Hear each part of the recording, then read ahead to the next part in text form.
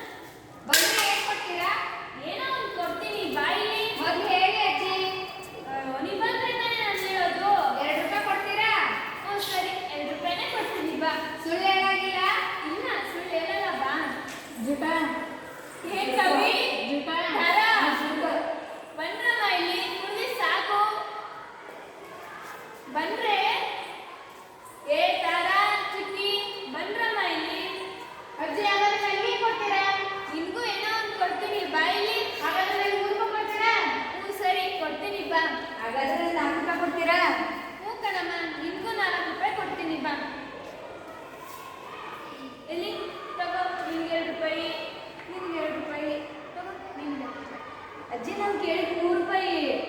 ಅರೆ, ಇನ್ನೊಂದು ರೂಪಾಯಿ ನಾಳೆ ಕೊಡ್ತೀನಿ, ಸರಿನಾ? ಇಲ್ಲ ಅಜ್ಜಿ,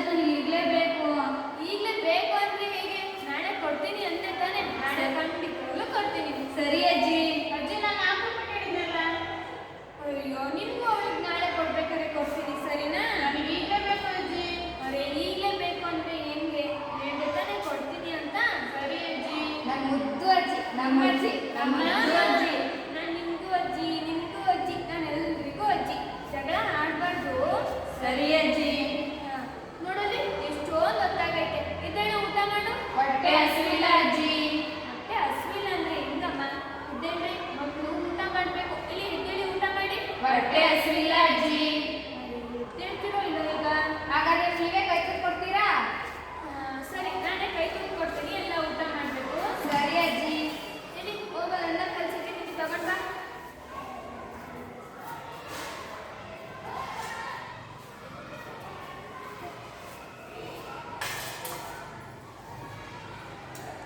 ತಗೋ, ಊಟ ಮಾಡು.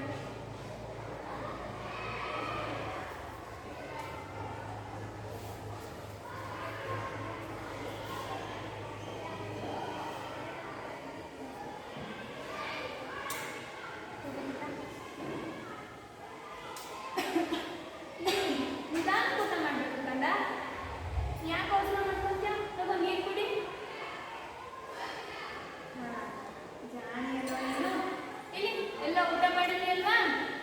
ಇದ್ದೇಳಿ, ಹೊತ್ತಾಗೈತೆ, ಮಲ್ಕೋ. ಇದ್ದೇಳಿ. ನಿದ್ದೆ ಬಂದಿಲ್ಲ ಅಜ್ಜಿ. ಅರೆ, ನಿದ್ದೆ ಬಂದಿಲ್ಲ ಅಂದ್ರೆ ಹೆಂಗೆ?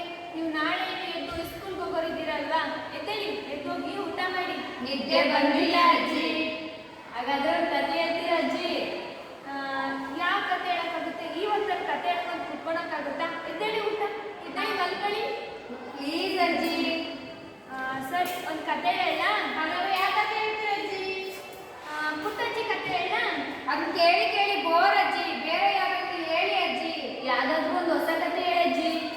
ಹೊಸ ಕತೆ? ಹೊಸ ಕತೆ ಅಂದ್ರೆ ಯಾವ್ದು ಹೇಳಿ? ಒಂದು ಹೊಸ ಕತೆ ಇದೆ, ಅದನ್ನ ಹೇಳ. ಹೇಳಿ ಅಜ್ಜಿ. ಹೇಳ. ಒಂದಾನೂರದಲ್ಲಿ ಎರಡು ದೇಶಗಳ ನಡುವೆ ಯುದ್ಧ ನಡೀತಿರುತ್ತೆ. ಅದು ಹೇಗೆ ಯುದ್ಧ ನಡೀತಿರುತ್ತೆ ಅಂದ್ರೆ ತುಂಬಾ ಭೀಕರವಾಗಿ ಯುದ್ಧ ನಡೀತಿರುತ್ತೆ. ಹಾಗೆ ಯುದ್ಧ ಆಗ್ತಿರುತ್ತೆ. ಯುದ್ಧ ಅಂದ್ರೆ ಏನಜ್ಜಿ? ಯುದ್ಧ ಅಂದ್ರೆ ಇಬ್ರು ವೈರಿಗಳು ಪರಸ್ಪರ ಇದು ನನ್ನೆಲ್ಲ, ಇದು ನನ್ನೆಲ್ಲ, ಇದು ನನಗೆ ಬೇಕು, ನಿನಗೆ ಬೇಕು ಅಂತ ಕಿತ್ತಾಡಿ ದ್ವೇಷ ಸಾಧಿಸ್ತಾರಲ್ಲ, ಅದನ್ನ ಯುದ್ಧ ಅಂತಾರೆ. ಹಾಗೆ ಯುದ್ಧ ಹೇಗಿರುತ್ತೆ ಅಂದ್ರೆ ತುಂಬಾ ಭೀಕರವಾಗಿ ಯುದ್ಧ ನಡೀತಿರುತ್ತೆ. ಯಾರ್ಯಾರ ನಡುವೆ ಯುದ್ಧ ನಡೀತಿದೆ ಹೇಳಿ ನೋಡೋಣ. ಇಲ್ಲ. ಇಬ್ರು ವೈರಿಗಳ ನಡುವೆ ಭೀಕರವಾಗಿ ಯುದ್ಧ ನಡೀತಿರುತ್ತೆ.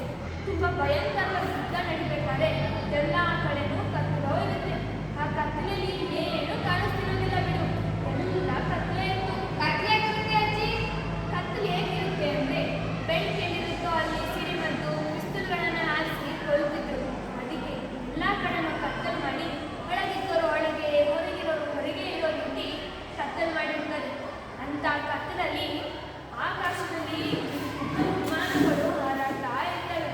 ಹಾಗೆ ಹಾರಾಡ್ಬೇಕಾದ್ರೆ ವಿಮಾನದಲ್ಲಿ ಒಬ್ಬ ವೈದ್ಯ ಗಾಯಗೊಂಡವರಿಗೆ ಚಿಕಿತ್ಸೆ ಮಾಡಬೇಕಂತ ತನ್ನ ಕಂಕರಲ್ಲಿ ಶಸ್ತ್ರ ಪೆಟ್ಟಿಗೆ ಇಟ್ಕೊಂಡು ವಿಮಾನದಲ್ಲಿ ಬರ್ತಿರ್ತಾನೆ. ಶಸ್ತ್ರ ಪೆಟ್ಟಿಗೆ ಆಗಿರ್ತಾನೆ ಅಜ್ಜಿ.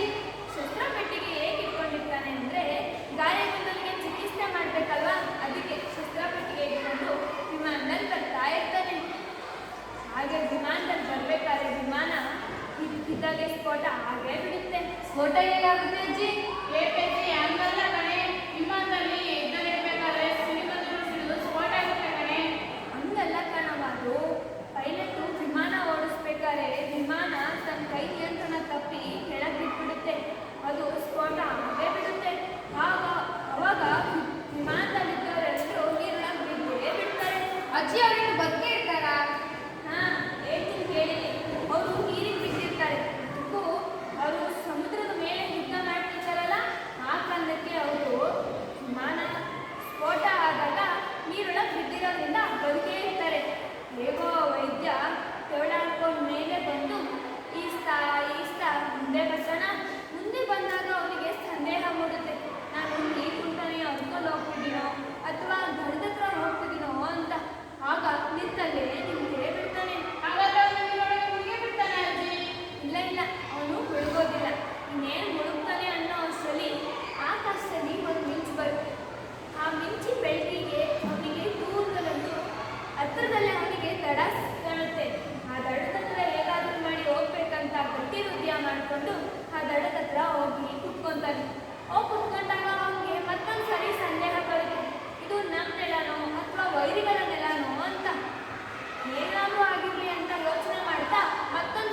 ಆಕಾಶದಲ್ಲಿ ಮಿಂಚು ಬರುತ್ತೆ.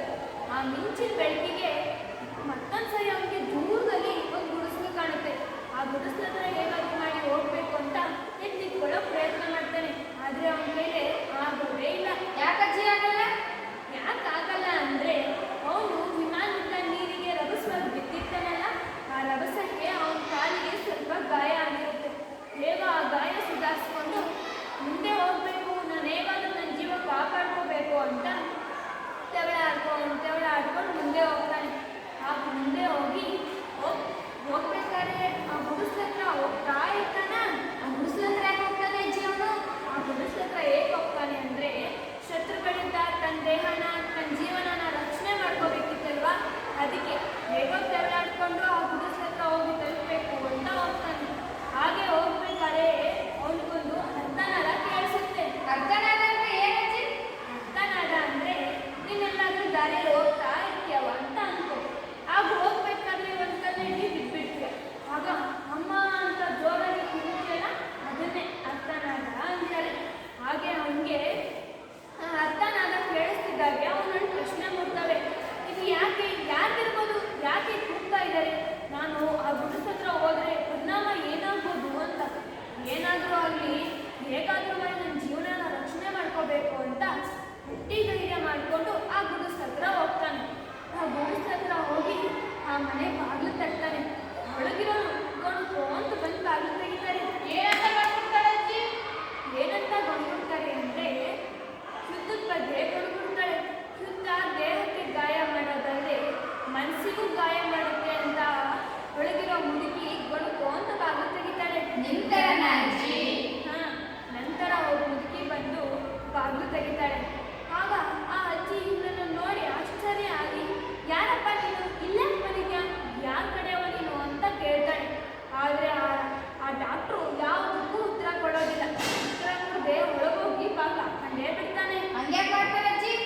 ಹಂಗ್ಯಾಕೆ ಮಾಡ್ತಾನೆ ಅಂದ್ರೆ ಅವನು ತನ್ನ ಜೀವನ ರಕ್ಷಿಸ್ಕೋಬೇಕಿತ್ತಲ್ವಾ. ಶತ್ರುಗಳು ಅವನನ್ನು ಯಾರಾದರೂ ಪಿಸ್ತೂಲನ್ನು ಕೊಂದುಬಿಟ್ರೆ ಅನ್ನೋ ಭಯಕ್ಕೆ ಅವನು ಬೇಗ ಒಳಗೋಗಿ ಯಾವುದಕ್ಕೂ ಉತ್ತರ ಕೊಡದೆ ಕದ ಹಾಕ್ಕೊಳ್ತಾನೆ. ಆಗ ಮತ್ತೊಂದು ಸಾರಿ ಅವನಿಗೆ ಒಳಗಿದ್ದ ಒಬ್ಬ ಮಹಿಳೆ, ಅಯ್ಯೋ ದೇವರೇ ಕಾಪಾಡು, ಇದೇನಪ್ಪ ಆಗ್ತಿದೆ, ನನಗೆ ತಡ್ಕೊಳಕ್ಕಾಗ್ತಿಲ್ಲ ಅಂತ ಜೋರಾಗಿ ತಿಳಿದುಕೊಳ್ತಾಳೆ. ಹೌದು ಅಜ್ಜಿ, ಹಂಗೆ ಕೂಗ್ತಾರೆ ಅವರು. ಹಂಗೆ ಕೂಗ್ತಾಳೆ ಅಂದ್ರೆ ಆಕೆ ಗರ್ಭಿಣಿ ಇರ್ತಾಳೆ. ಅದಕ್ಕೋಸ್ಕರ ಆಕೆ ಅಷ್ಟು ಜೋರಾಗಿ ಅಂತಿರ್ತಾಳೆ.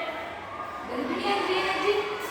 ಗರ್ಭಿಣಿ ಅಂದ್ರೆ ಹೊಟ್ಟೆಲಿರೋ ಮಗು ಆ ಕಡೆ ಇದ್ದ ಈ ಕಡೆ ಇದ್ದ ಆ ಕಡೆ ಮಗ್ಲಾಗ್ತಿರುತ್ತಲ್ಲ, ಅದನ್ನ ಗರ್ಭಿಣಿತನ ಅಂತಾರೆ. ಅಂತ ಹೊತ್ತಲ್ಲಿ ಹೊರಗಿನೋ ಬರುತ್ತೆ, ಅದನ್ನೇ ಗರ್ಭಿಣಿ ಆಗಿರೋದು ಅಂತಾರೆ. ಹಾಗೆ ಅವಳು ಕೂತ್ಕೊಂತಿರ್ಬೇಕಾದ್ರೆ ಆ ರಾಹಿಲ ಅಜ್ಜಿನ ಕೇಳ್ತಾನೆ. ರಾಹಿಲ್ ಅಂದ್ರೆ ಯಾರಜ್ಜಿ? ಅರೆ ರಾಹಿಲ್ ಅಂದ್ರೆ ಆ ಡಾಕ್ಟರ್ ಹೆಸರೇ ರಾಹಿಲು ಅಂತ. ಡಾಕ್ಟರ್ ಅಂದ್ರೆ ಏನಜ್ಜಿ? ಡಾಕ್ಟರ್ ಅಂದ್ರೆ 106 ಜನರ ಜೀವ ಉಳಿಸುವ ಒಬ್ಬ ದೇವರಿದ್ದಾರೆ. ನಾವೇನಾದ್ರೂ ಕಷ್ಟ ಬಂತು ಅಂದ್ರೆ ದೇವ್ರ ಹತ್ರ ಅಪ್ಪ ದೇವರೇ ಕಾಪಾಡು ಅಂತ ಕೇಳ್ಕೊಳ್ತೀವಲ್ಲ, ಹಾಗೆ ನನಗೇನಾದ್ರೂ ರೋಗ ಬಂದ್ರೆ ಒಬ್ಬ ಡಾಕ್ಟರ್ ಹತ್ರ ಹೋಗಿ, ಡಾಕ್ಟ್ರೇ ನನ್ನನ್ನು ಕಾಪಾಡಿ ಹೇಗಾದ್ರೂ ಮಾಡಿ ಅಂತ ಬೇಡ್ಕೊಳ್ತೀವಲ್ಲ, ಅವರೊಂಥರ ನನ್ನ ಪಾಲಿಗೆ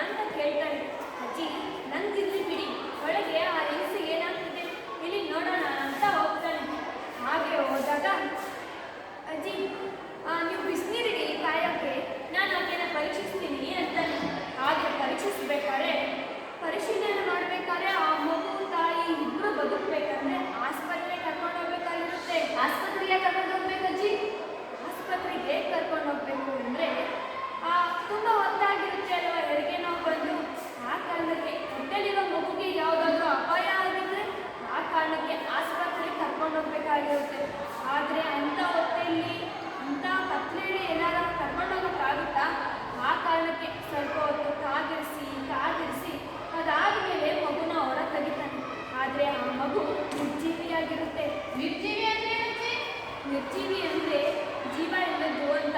ಅದು ಹುಟ್ಟಿದಾಗೆ ತನ್ನ ಪ್ರಾಣ ಕಳ್ಕೊಂಡು ಹೊರಗೆ ಬಂದಿರುತ್ತೆ, ಅದನ್ನು ನಿರ್ಜೀವಿ ಅಂತಾರೆ. ಎಂಥ ದುರ್ಪರಿಸ್ಥಿತಿ ನೋಡಿ. ಆ ನಿರ್ಜೀವಿ ಮಗುನ ಹೊರ ತೆಗೆದಾಗ ಆ ಅಜ್ಜಿ ಮತ್ತೆ ಆ ಹೆಂಗಸಿನ ರೋದನೆ ಮನೆ ಮೂಲೆ ಮೂಲೆಗೂ ಕೇಳಿಸ್ತಾ ಇರುತ್ತೆ. ಅಯ್ಯೋ ದೇವರೇ, ಎಂಥ ಸಂಕಷ್ಟಕ್ಕೆ ಏನು ಮಾಡಿದಪ್ಪ ನಮ್ಮನ್ನ. ಈ ಯುದ್ಧ ಇಲ್ಲದೆ ಇದ್ದರೆ ನನ್ನ ಮಗು ಬದುಕಿರೋದು, ನನ್ನ ಮಗನೂ ಯುದ್ಧಕ್ಕೆ ಹೋಗಿರಲ್ಲ ಅಂತ ಆ ಅಜ್ಜಿ ತನ್ನ ರೋದನೆನ ಮನೆ ಮನೆ ಮೂಲೆಗೂ ಕೇಳಿಸೋ ಹಾಗೆ ಹೇಳ್ತಾ ಇರ್ತಾಳೆ. ಅಷ್ಟರಲ್ಲೇ ಆ ವೈದ್ಯ ಸೈಡಿ ಸರ್ಕೊಂಡು ತನ್ನ ಕಾಲಿನ ಚಿಕಿತ್ಸೆ ಮಾಡ್ಕೊಂತಿರ್ತಾನೆ. ಅಜ್ಜಿ ಅವ್ರ ಕೈಯ ಚಿಕಿತ್ಸೆ ಪೆಟ್ಟಿ ಇರೋದಿಲ್ವಲ್ಲ, ಅದೇ ಚಿಕಿತ್ಸೆ ಮಾಡ್ಕೊಂತಾರೆ ಅಜ್ಜಿ. ಅದೇ ಚಿಕಿತ್ಸೆ ಶಸ್ತ್ರಪೆಟ್ಟಿಗೆ ಇದ್ರೆ ಒಂದೇನ ಚಿಕಿತ್ಸೆ ಮಾಡ್ಕೊಳ್ಳೋಕ್ಕಾಗೋದು, ಅದರಿಂದ ಇದನ್ನು ಚಿಕಿತ್ಸೆ ಮಾಡ್ಕೋಬೋದು. ಅದು ಹೇಗೆ ಅಜ್ಜಿ? ಅದೇಗೆ ಅಂದರೆ ಆ ಅಜ್ಜಿ ಹತ್ರ ಒಂದೆರಡು ಕಡೆಗೆ ಚಿಕ್ಕಗಳನ್ನ ಇಸ್ಕೊಂಡು ತನ್ನ ಕಾಲಿಗೆ ಆ ಕಡೆ ಈ ಕಡೆ ಭದ್ರವಾಗಿ ಕಟ್ಕೊತಾನೆ. ಹೇಗೋ ತಾತ್ಕಾಲಿಕವಾಗಿ ಚಿಕಿತ್ಸೆ ಮಾಡಿಕೊಂಡು ಸ್ವಲ್ಪ ಹೊತ್ತು ಸುಧಾರಿಸ್ಕೋಬೇಕಲ್ಲ, ಆ ಕಾರಣಕ್ಕೆ ಅದಕ್ಕೆ ಚಿಕಿತ್ಸೆ ಮಾಡ್ಕೊತಾನೆ. ಅಷ್ಟರಲ್ಲೇ ಅವ್ರಿಗಿಂತ ಯಾರೋ ಬಾಗಿಲು ತೆರೀರಿ ಅಂತ ಸದ್ದು ಮಾಡ್ತಾರೆ. ಈಗ ಅಜ್ಜಿ ಬಾಗಿಲು ತೆರೀರಿ ಅಂತಿದ್ರ? ಹಾಂ, ಹೀಗೆ ಬಾಗಿಲು ತೆರೀರಿ ಅಂತ ಹೇಳ್ಬೇಕಾದ್ರೆ ಆ ಅಜ್ಜಿ ಇನ್ನೇನು ಬಾಗಿಲು ತೆಗಿಬೇಕಂತ ಹೋಗ್ತಾಳೆ. ಅಷ್ಟರಲ್ಲೇ ಆಕೆಗೊಂದು ಸಂದೇಹ ಮೂಡಿಸುತ್ತೆ. ಏನು ಸಂದೇಹ ಅಜ್ಜಿ? ಏನು ಸಂದೇಹ ಅಂದರೆ ಒಳಗಿರೋ ಈ ವೈದ್ಯ ನಮ್ಮ ಕಡೆಯೋನೋ ಅಥವಾ ಬೇರೆ ಕಡೆಯೋನೋ ಅಂತ ಸಂದೇಹ ಮೂಡುತ್ತೆ. ಆಗ ಆ ಡಾಕ್ಟ್ರು ಅಜ್ಜಿ ಬಾಗಿಲು ತೆರಿಬೇಡಿ ಅಂತ ಕೈ ಸನ್ನೆ ಮಾಡ್ತಿರ್ತಾನೆ.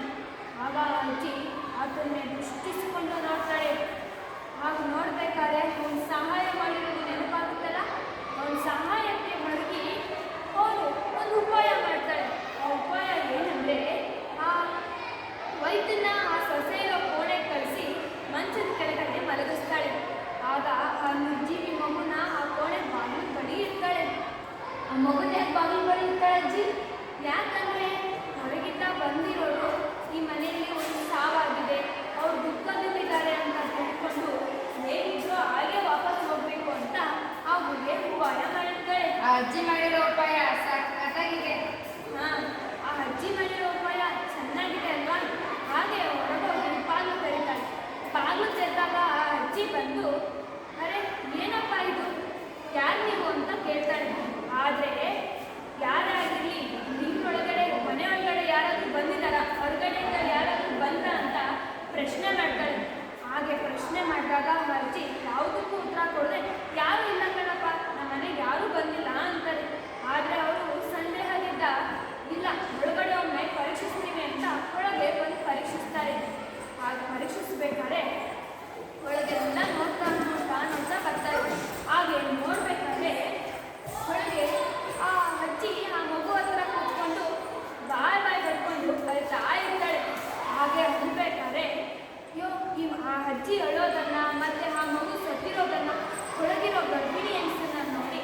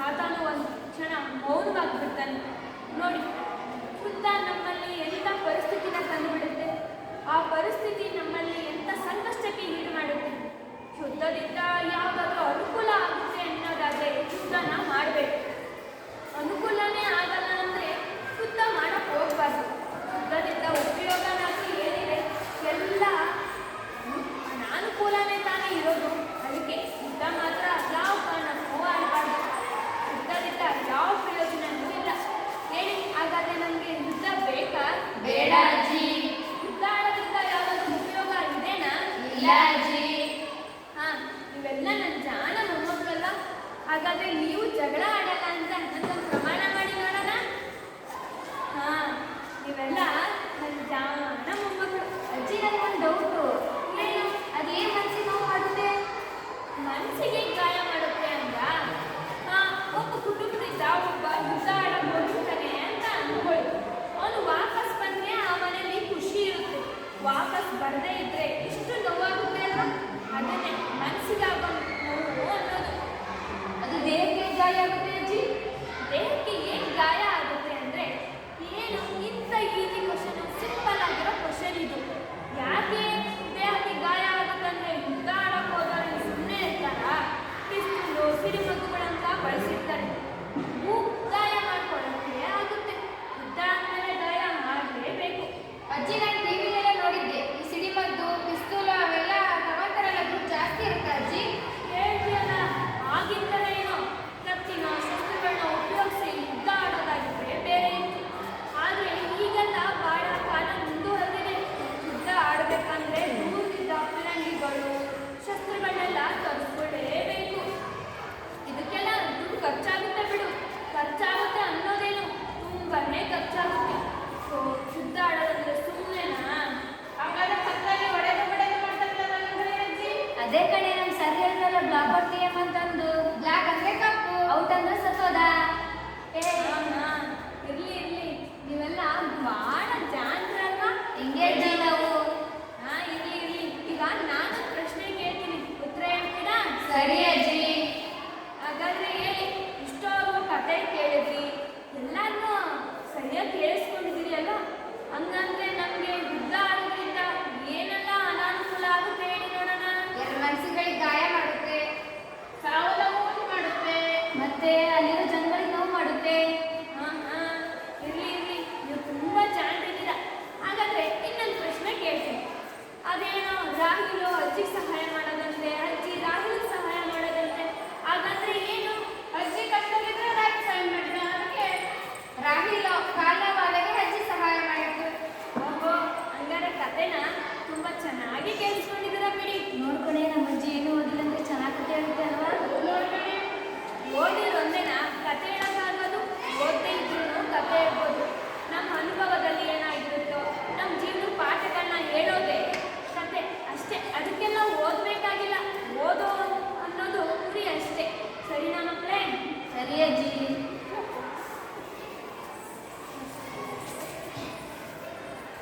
ನಾವು ಇನ್ನುವರೆಗೆ ಯುದ್ಧ ಪಾಠದ ಕಿರು ನಾಟಕ ಮಾಡ್ತೀವಲ್ಲ, ಅದರಲ್ಲಿ ನಮ್ಮೆಲ್ಲರೂ ಅಜ್ಜಿ ಒಂದು ಕತೆ ಹೇಳಿದ್ರು. ಯುದ್ಧ ಹೇಗಿರುತ್ತೆ, ಯುದ್ಧ ಮಾಡಿದ್ರೆ ಏನು ಅನಾನುಕೂಲ ಆಗುತ್ತೆ, ಅದರಿಂದ ಏನು ನಮ್ಮ ಕಷ್ಟಕ್ಕೆ ಈಡು ಮಾಡುತ್ತೆ ಅಂದರೆ, ಯುದ್ಧ ಮಾಡೋದ್ರಿಂದ ಅನಾನುಕೂಲ ಆಗುತ್ತೆ ಹೊರತು ಅನುಕೂಲಗಳು. ನಾವು ಯುದ್ಧ ಪಾಠದ ಕಿರು ನಾಟಕ ಮಾಡಿದ್ವಲ್ಲ, ಅದರಲ್ಲಿ ನಮ್ಮೆಲ್ಲರೂ ಅಜ್ಜಿ ಒಂದು ಕತೆ ಹೇಳ್ತೀವಿ. ಯುದ್ಧ ಮಾಡೋದ್ರಿಂದ ಏನು ಉಪಯೋಗ, ಪರಿಣಾಮ ಬೀರುತ್ತೆ, ಅದರಿಂದ ಏನು ಅನಾನುಕೂಲತೆ ಇದೆ, ಅದು ಹೇಗೆ ನಮ್ಮ ಸಂಕಷ್ಟಕ್ಕೆ ಈಡು ಮಾಡುತ್ತೆ ಅಂದರೆ, ಯುದ್ಧ ಮಾಡೋದ್ರಿಂದ ಅನಾನುಕೂಲ ಆಗುತ್ತೆ ಹೊರತು ಅನುಕೂಲತೆಗಳಂತೂ ಇಲ್ಲ. ಸಾವು ನೋವುಗಳನ್ನೇ ನೋಡಬೇಕಾಗುತ್ತೆ. ಎರಡು ದೇಹ ಮತ್ತು ಮನಸ್ಸಿಗೆ ಗಾಯ ಮಾಡುವುದೇ ಯುದ್ಧದ ಪರಿಯಾಗಿರುತ್ತೆ. ಅದರ ಬದಲಾಗಿ ಕೂತು ತಾಳ್ಮೆಯಿಂದ ಯೋಚಿಸಬೇಕು. ಯೋಚಿಸುವುದರಿಂದ ಪರಿಹಾರ ಸಿಗುತ್ತೆ. ಅದನ್ನು ಬಿಟ್ಟು ಯುದ್ಧ ಮಾಡೋದ್ರಿಂದ ಅನಾನುಕೂಲತೆ ಆಗುತ್ತೆ. ಅದು ಅನುಕೂಲತೆ ಅನಾನುಕೂಲತೆ ಹೇಗೆ ವ್ಯತ್ಯಾಸ ಅಂತ ನೋಡಿದ್ರಲ್ಲ, ಅದು ಉದಾಹರಣೆ ನೋಡೋಕ್ಕಂದ್ರೆ ನಮ್ಮ ದೇಶ ಮತ್ತು ಬೇರೆ ದೇಶಗಳ ಗಡಿಭಾಗದಲ್ಲಿ ಯುದ್ಧ ನಡೆಯುತ್ತೆ. ಆದರೆ ಅಲ್ಲಿನ ಸೈನಿಕರು ಅದು ಎದುರಿ ಓಡಿ ಬರೋದಿಲ್ಲ. ಎದೆ ಕೊಟ್ಟು ಧೈರ್ಯದಿಂದ ನಮ್ಮ ದೇಶ, ನಮ್ಮ ರಾಜ್ಯ ಬದುಕಲಿ, ನಮ್ಮ ಜನಗಳೆಲ್ಲ ಖುಷಿಯಾಗಿರಲಿ ಅಂತಂದು ಎದೆ ಕೊಟ್ಟು ಶತ್ರು ಸಾಯಲಿ ಅಂತಂದು ಮುನ್ನುಗ್ಗಿ ಅವರು ಧೈರ್ಯದಿಂದ ಯುದ್ಧ ಮಾಡ್ತಾರೆ. ಹಾಗೆ ಇದು ನಮ್ಮ ಜೀವನಕ್ಕೆ ಹೇಗೆ ಅಳವಡಿಸುತ್ತೆ ಅಂದರೆ, ನಾವು ನಮ್ಮ ಗೆಳೆಯರ ಜೊತೆ ಆಗಲಿ ಸಣ್ಣ ಪುಟ್ಟ ಜಗಳ ಏನೇ ಒಂದು ಮಾಡೀವಿ ಅಂದರೆ ಅದು ದ್ವೇಷದಿಂದನೇ ಸಾಗಿಸ್ಬಾರ್ದು. ನಮ್ಮದೇ ತಪ್ಪಿರ್ಲಿ, ಹೋಗಿ ಕ್ಷಮೆ ಕೇಳಬೇಕು. ಕ್ಷಮೆ ಕೇಳುವುದರಿಂದ ನಮ್ಮ ಗೌರವ ಏನು ಕಡಿಮೆ ಆಗೋದು, ಹೆಚ್ಚಾಗುತ್ತೆ ಹೊರತು ಕಡಿಮೆ ಅಂತೂ ಆಗಲ್ಲ. ನಾವು ನೋಡಿದ್ರಲ್ಲ ಯುದ್ಧ ನಮ್ಮ ಜೀವನದಲ್ಲಿ ಹೇಗೆಲ್ಲ ಆಟ ಆಡುತ್ತೆ. ಹಾಗಾದರೆ ಏನು ಯುದ್ಧ ನಮಗೆ ಬೇಕೇ ಬೇಡ? ಈ ನಾಟಕವನ್ನು ಪ್ರದರ್ಶಿಸಿದ ನನ್ನ ಗೆಳತಿಯರು ತಮ್ಮ ಪಾತ್ರ ಪರಿಚಯ ಮಾಡಿಕೊಳ್ಳಬೇಕಾಗಿ ಹೃದಯಪೂರ್ವಕವಾಗಿ ಕೇಳಿಕೊಳ್ಳುತ್ತೇನೆ. ನನ್ನ ಹೆಸರು ಮಂಗಳ ಎಸ್ಕೆ, ಮೊಮ್ಮಕ್ಕಳ ಪಾತ್ರ ಮಾಡಿದ್ದೆ.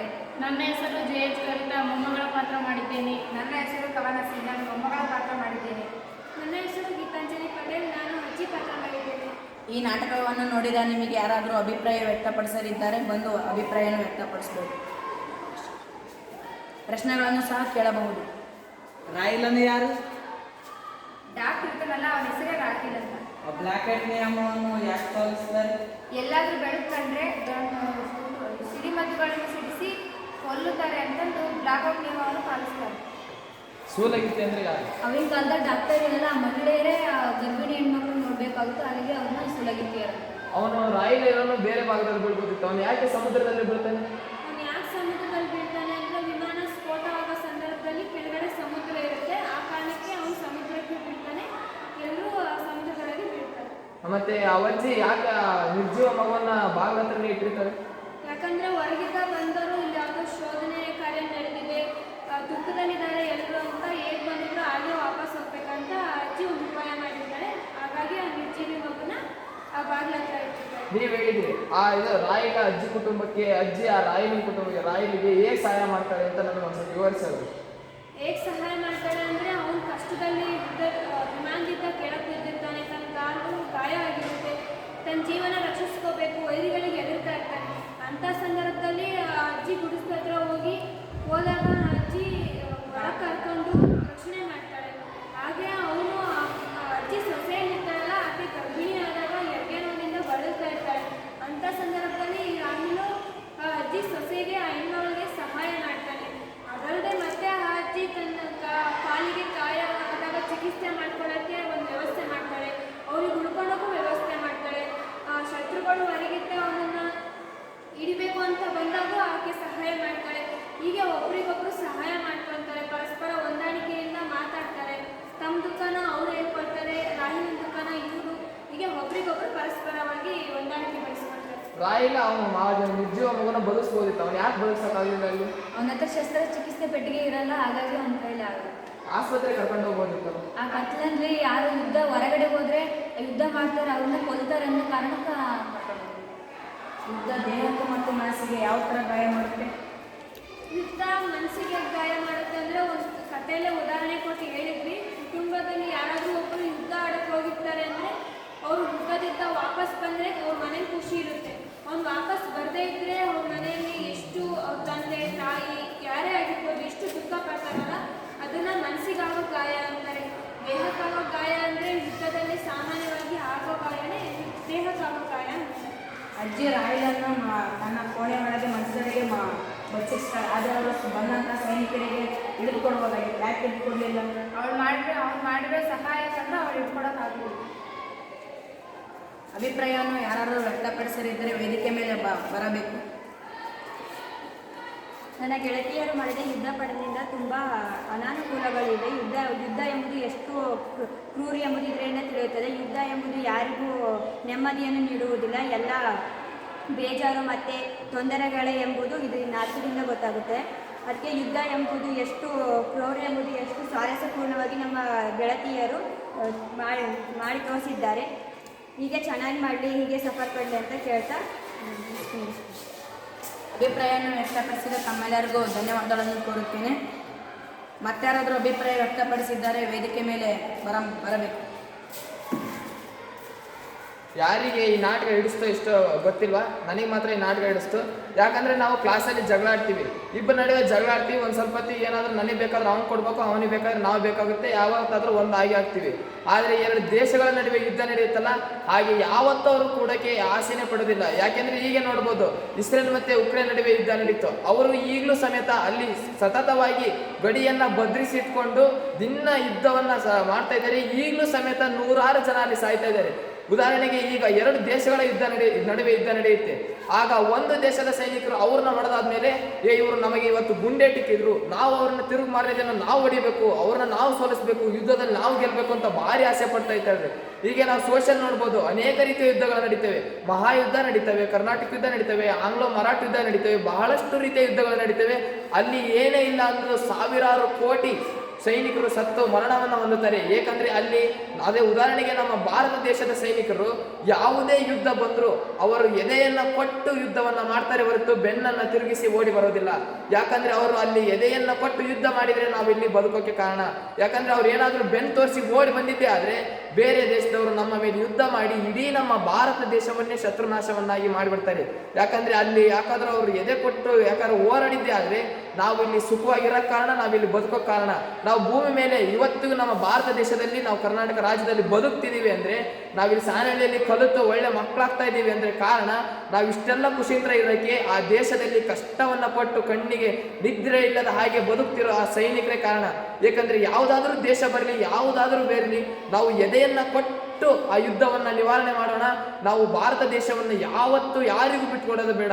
ಹಿಂದೆ ಬ್ರಿಟಿಷರು ಆಳ್ತಿದ್ರು, ಆದರೆ ಈಗ ಬ್ರಿಟಿಷರಿಗೆ ಮತ್ತೆ ಆಳೋಕೆ ನಾವು ಅವಕಾಶ ಮಾಡೋದು ಬೇಡ ಅಂತ ಹಗಲು ರಾತ್ರಿ ಕಣ್ಣಿಗೆ ನಿದ್ದೆ ಇಲ್ಲದ ಹಾಗೆ ಅವರು ನಮ್ಮ ಭಾರತ ದೇಶವನ್ನು ಕಾಯ್ತಾ ಇದ್ದಾರೆ. ಅದೇ ರೀತಿ ಮಕ್ಕಳು, ಹಾಗೆ ರೈತರ ಮಕ್ಕಳು, ರೈತರು ದಿನ ಕೂಲಿ ಕೆಲಸ ಮಾಡಿ ಹಗಲು ರಾತ್ರಿ ದುಡಿದು ನೀರನ್ನು ಹಾಯಿಸಿ ಈಗ ತಮ್ಮ ಮಕ್ಕಳನ್ನು ಓದಿಸಿ, ಅದರಲ್ಲಿ ಕೆಲವು ರೈತರ ಮಕ್ಕಳು ಈಗ ಸೈನಿಕರಾಗ್ತಾ ಇದ್ದಾರೆ. ಯಾಕಂದ್ರೆ ಅವರಿಗೆ ಗೊತ್ತು, ನಮ್ಮ ಅಪ್ಪ ಅಷ್ಟೆಲ್ಲ ಕಷ್ಟಪಟ್ಟಿದ್ದಾನೆ, ನಮ್ಮ ಅಪ್ಪಗೆ ಏನಾದ್ರು ಒಂದು ಒಳ್ಳೆ ಹೆಸರು ತರಬೇಕು, ನಾವು ನಮ್ಮ ಭಾರತ ದೇಶವನ್ನು ಅವರಷ್ಟೇ ಕಾಯೋದಲ್ಲ, ನಾವು ಕಾಯಬೇಕು. ನಾವು ಆ ದೇಶದಲ್ಲಿ, ನಾವು ಆ ಯುದ್ಧಗಳ ನಡುವೆ ಭಾಗವಹಿಸಿ ಅವರಿಗೆ ನಾವು ಯುದ್ಧವನ್ನು ಮಾಡಿ ಗುಂಡೇಟು ಕೊಡಬೇಕು. ಈಗ ನಾವು ಹೇಳ್ಬೋದು, ಮಹಾತ್ಮ ಗಾಂಧೀಜಿ ಅವರು ಯುದ್ಧವನ್ನ ಮಾಡಬೇಡ್ರಿ, ಶಾಂತಿ ಅಂತ ಕಾಪಾಡ್ರಿ, ಭಾರತ ದೇಶವನ್ನ ಕಾಪಾಡ್ರಿ ಅಂತ ಅಂದರು. ಆದರೆ ಈಗಿನ ಕಾಲದಲ್ಲಿ ಈ ಸಿಚುವೇಶನ್ ಅಲ್ಲಿ ನಾವು ಯುದ್ಧ ಮಾಡಿಲ್ಲ ಅಂದ್ರೆ ಯಾವುದೇ ರೀತಿಯಿಂದ ನಾವು ಬದುಕೋಕೆ ಸಾಧ್ಯನೇ ಇಲ್ಲ. ಯಾಕಂದ್ರೆ ಅವ್ರ ಹತ್ರ ಅಣುಬಾಂಬ್ ಇದ್ದಾವೆ, ಬಂದೂಕುಗಳಿದ್ದಾವೆ, ಪಿಸ್ತೂಲ್ಗಳಿದ್ದಾವೆ, ಫಿರಂಗಿಗಳನ್ನ ಕಳಿಸಿದ್ದಾರೆ. ಆದರೆ ನಮ್ಮ ಭಾರತ ದೇಶದಲ್ಲಿ ಇವೆ. ನಾವು ಅಹಿಂಸೆಯನ್ನ ಕಾಪಾಡ್ಕೊಂತ ಹೋದ್ರೆ, ನಾವು ಸುಮ್ಮನೆ ಇದ್ರೆ ನಮ್ಮ ಮೇಲೆ 100% ಆ ಪಾಕಿಸ್ತಾನ ಆಗಿರ್ಬೋದು, ಚೀನಾ ಆಗಿರ್ಬೋದು, ಅಫ್ಘಾನಿಸ್ತಾನ ಆಗಿರ್ಬೋದು, ಯಾವುದೇ ಇದು ದೇಶ ಆದ್ರೆ ನಮ್ಮ ಮೇಲೆ ಯುದ್ಧ ಮಾಡಕ್ಕೆ ರೆಡಿ ಇದೆ. ಅದರಲ್ಲೂ ಪಾಕಿಸ್ತಾನ ಬಹಳ ಹೊತ್ತಿನಿಂದ ಕಾಯ್ತಾ ಇದೆ. ಅದಕ್ಕೆ ನಾವು ಯಾವತ್ತಾದರೂ ಹೇಳೋದು ಎಲ್ಲರಿಗೂ ಒಂದೇ, ಯಾರಾದರೂ ರೈತರ ಮಕ್ಕಳಿದ್ರೆ, ನಾವು ಒಳ್ಳೆ ಓದಿದ್ದೇ ಆದರೆ, ಅವನಿಗೆ ಒಳ್ಳೆ ಫಿಟ್ನೆಸ್ ಇರದೇ ಆದರೆ ಅವನು ಸೈನಿಕ ಆಗಿ ದೇಶಕ್ಕೆ ಒಳ್ಳೆ ಹೆಸರು ತರಲಿ ಅಂತ ಹೇಳಿ ನನ್ನ ಮಾತುಗಳನ್ನು ಮುಗಿಸ್ತಾನೆ. ಅಭಿಪ್ರಾಯವನ್ನು ವ್ಯಕ್ತಪಡಿಸಿದ ನನ್ನ ಗೆಳೆಯನಿಗೆ ವಂದನೆಗಳನ್ನು ಕೋರುತ್ತೇನೆ. ಶ್ರೀ ಗುರುಪಾದೇಶ್ವರ ಪ್ರೌಢಶಾಲೆ ಸಾಣೇಹಳ್ಳಿ. ಧನ್ಯವಾದಗಳು. ಈ ನಾಟಕವನ್ನು ಪ್ರದರ್ಶಿಸಿದ ತಮ್ಮೆಲ್ಲರಿಗೂ ಸಹ ನಾನು ಧನ್ಯವಾದಗಳನ್ನು ಕೋರಿ ನಮ್ಮ ನಾಟಕವನ್ನು ಮುಕ್ತಾಯಗೊಳಿಸುತ್ತಿದ್ದೇವೆ.